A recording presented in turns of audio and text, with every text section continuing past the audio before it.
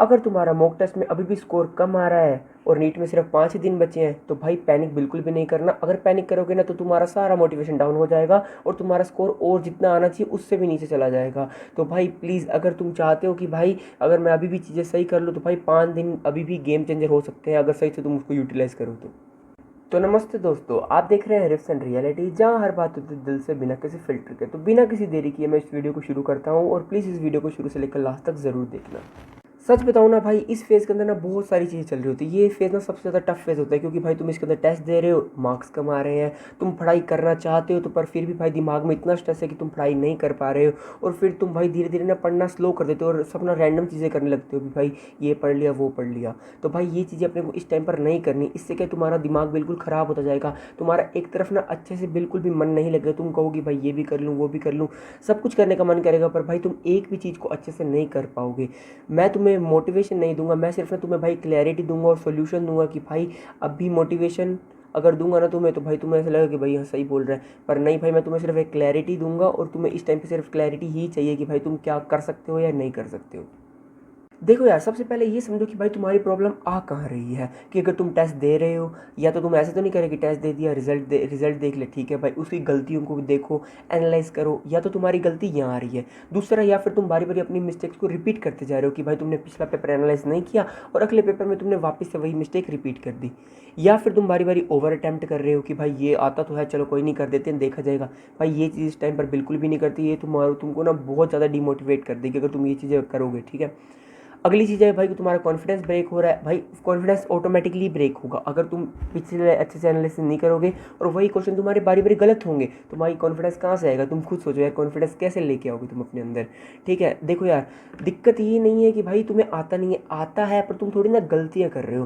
Problem knowledge की नहीं है, प्रॉब्लम अप्रोच की है और माइंडसेट की है कि भाई तुम कैसे कर रहे हो और क्या कर रहे हो इस टाइम के ऊपर। अब मैं तुम्हें मोस्ट इंपॉर्टेंट चीज़ बताने वाला हूँ, जो तुम बारी बारी रोज़ गलती कर रहे हो ना, उसे तुम्हें अब रोक देना है भाई। बारी बारी वो गलतियाँ नहीं करनी है। पहली गलती है बारी बारी मॉक टेस्ट देना रोज़ रोज़। भाई रोज़ रोज़ मॉक टेस्ट देने की ज़रूरत नहीं है, जितना आता है उसी को अच्छे से रिवाइज करो। दूसरी गलती है वीक टॉपिक्स को इग्नोर करना। भाई वीक टॉपिक्स को इग्नोर करके काम नहीं चलेगा, उसको अच्छे से पढ़ो, सिर्फ उसी को बारी बारी पढ़ो ताकि भाई तुम्हारा वो टॉपिक ना अच्छे से स्ट्रॉन्ग हो जाए और तुम्हें सब आता हो। तीसरा, रैंडम स्टडी करना बंद कर दो भाई। एक टाइम स्लॉट, मैंने तुम्हें पिछली वीडियो में बताया था, एक टाइम स्लॉट रखो कि इससे इस टाइम पर मुझे ये पढ़ना है, इससे इस टाइम पर मुझे ये पढ़ना है। और चौथी और लास्ट गलती भाई, बहुत सारे रिसोर्सेज मत यूज़ करो, ज़्यादा यूट्यूब पर वीडियोस मत देखो, ठीक है। जितना तुम्हारे पास है उतने से ही अच्छे से पढ़ो, ठीक है। अगर शॉर्ट नोट्स है तो शॉर्ट नोट से पढ़ो भाई। 3 टीचर 5 पीडीएफ 10 वीडियो से भाई बिल्कुल भी रिजल्ट नहीं आने वाला, सिर्फ कन्फ्यूजन ही कन्फ्यूजन बढ़ेगा।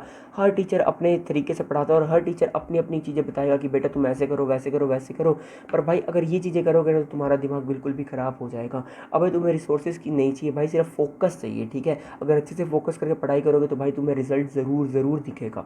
देखो यार, अब इस टाइम पर तुम्हें क्या करना है, सबसे पहले लास्ट तुम्हारे जो तुमने 2-3 टेस्ट दिए थे उसको अच्छे से एनालाइज करो, गलतियां लिखो, ठीक है। कैटेगरी उसके अंदर बनाओ कि भाई मैंने कौन सी सिली मिस्टेक करी, कौन सा मेरा कॉन्सेप्ट गलत है या फिर कोई मैंने गैस मिस्टेक कर ली, ठीक है। दूसरा स्टेप है कि भाई वीक टॉपिक्स को फिक्स करो। ये नहीं है कि भाई ये कर दिया अगले पेपर में फिर बारी बारी रिपीट मत करो भाई गलती। वीक टॉपिक्स को ना फिक्स करो कि भाई मेरा ये गलत हुआ तो मैं अगले पेपर में इसको नहीं करूँगा और उसी चीज़ को प्रायोरिटी दो कि भाई हाँ ये मैंने पढ़ लिया और अगले टेस्ट में मैं बिल्कुल भी इस चीज़ को गलत नहीं करूँगा।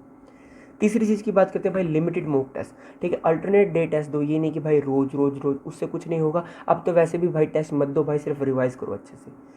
चौथा और आखिरी स्टेप है भाई अटेम्प्टिंग स्ट्रेटजी। तुम्हें अटेम्प्ट कैसे करना है पेपर के अंदर ना, अच्छे मार्क्स स्कोर करने के लिए पहले इजी को उठाओ, फिर मीडियम, फिर टफ। अगर इजी कर लोगे ना, उसे तुम्हें पता चल जाएगा भाई मुझे ये आता है और ये नहीं आता, और जो लास्ट पर रह जाएगा ना उसके ऊपर रिस्क लो, उसके ऊपर तुक्का मारो। ये नहीं है कि भाई पहले क्वेश्चन से तुक्का मारना चालू कर दिया। स्टेप 5 है कि भाई रिवीजन करो, नया कुछ भी मत याद करो, बारी बारी रिवाइज करते रहो। अब कुछ नया पढ़ने का कोई भी फ़ायदा नहीं है प्लीज़, इसलिए मैं तुम्हें बारी बारी कहूँगा अच्छे से रिवाइज करो।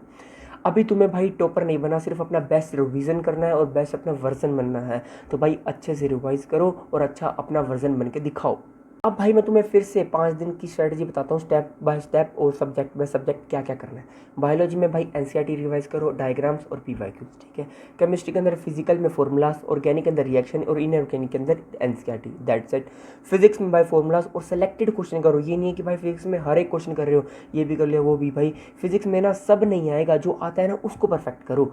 ये नहीं है कि भाई मैं वो भी कर लूँगा, इससे कुछ नहीं होने वाला। जो आता है सिर्फ उसको अच्छे से तुम परफेक्ट करो। देखो यार, अब लास्ट चीज़ तो मैं बताने वाला हूँ भाई, मेंटल रीसेट। देखो मोस्ट इंपॉर्टेंट है। अगर तुम्हारा भाई ये है ना कि भाई मुझसे नहीं होगा, तो भाई एक चीज़ दिमाग से निकाल लो, भाई तुम अभी भी कर सकते हो। देखो यार, तुम्हारा बिगेस्ट एनिमी भाई पेपर नहीं है, तुम्हारा बिगेस्ट एनिमी पैनिक है। अगर तुम पैनिक कर गए ना, सारा काम खराब हो जाएगा।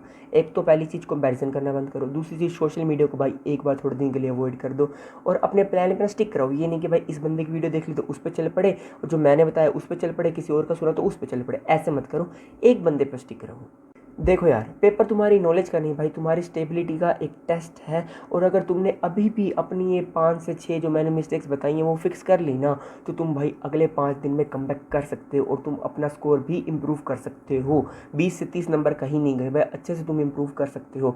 बस एक काम करो, सेम गलती दोबारा रिपीट मत करो भाई, ये चीज़ दिमाग में घुसा लो, बारी बारी बारी बारी सेम गलती को रिपीट मत करो। अगर तुम भाई कमबैक के लिए रेडी हो तो प्लीज़ मेरे कमेंट में कमबैक लिखो, ताकि मुझे भी पता चले भाई कितने बच्चे रेडी हैं और कितने बच्चे मेरी वीडियो को सुनकर कर रहे हैं कि भाई भैया हम 5 दिन के अंदर कुछ ना कुछ अपना स्कोर इम्प्रूव करेंगे। So that's it for the video guys. अगर तुम यहाँ तक पहुँच गए तो प्लीज़ मुझे कमेंट ज़रूर करके जाना, जिससे कि मुझे पता लगेगा कि भाई कितने लोग इंटरेस्टेड है और कितने लोग सीरियसली ले रहे हैं। और ऐसी ही अच्छी सी नई इन्फॉर्मेटिव वीडियोस मैं तुम्हारे लिए लाता रहूँगा। Till then stay safe, stay happy and study hard भाई।